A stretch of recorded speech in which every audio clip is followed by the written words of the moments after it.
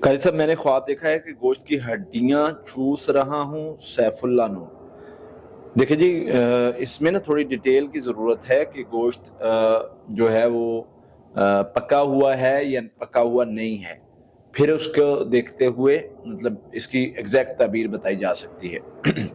ویسے نارملی جو محسوس ہو رہا ہے وہ پکا ہوا گوشت محسوس ہو رہا ہے۔ اگر آپ گوشت کھا رہے ہیں اور ہڈیاں چوس رہے ہیں تو یہ ایک طرح سے اچھا خواب ہے اور آپ کو خیر ملنے کی علامت ہے، کوئی اجر ملنے کی علامت ہے۔ تو آپ کوشش کریں کہ کوئی بھی کام اگر آپ کرنا چاہ رہے ہیں خیر کا تو اس میں لازمی حصہ ڈالیں۔ قاری صاحب کیا ہم اپنے گھر میں کلونجی کی دھنی دے سکتے ہیں؟ ایک راکی نے بتایا۔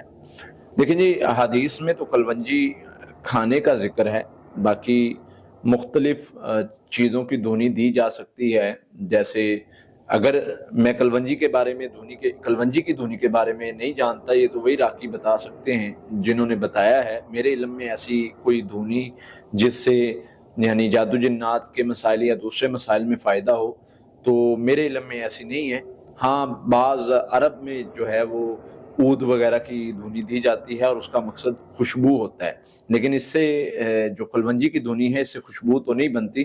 تو بعض راکیوں کا بلکہ اس پہ یہ بھی موقف ہے کہ اس دھنی سے مسائل بنتے، مسائل سے مراد کہ آپ کو بعض فزیکلی یا باڈی میں کچھ انفیکشن پیدا ہو سکتے ہیں۔ یہ ان کا اپنا ایک پوائنٹ آف ویو، میں اس پر کوئی کومنٹس نہیں کرتا۔ بہرحال اس سے دھنی دینے سے، کلونجی خاص کر دھنی دینے سے جادو جنات کے مسائل کو کوئی اثر نہیں ہوتا۔ باقی جن راکی حضرات نے یہ بتایا ہے وہی اس کے بارے میں بہترین بتا سکتے ہیں۔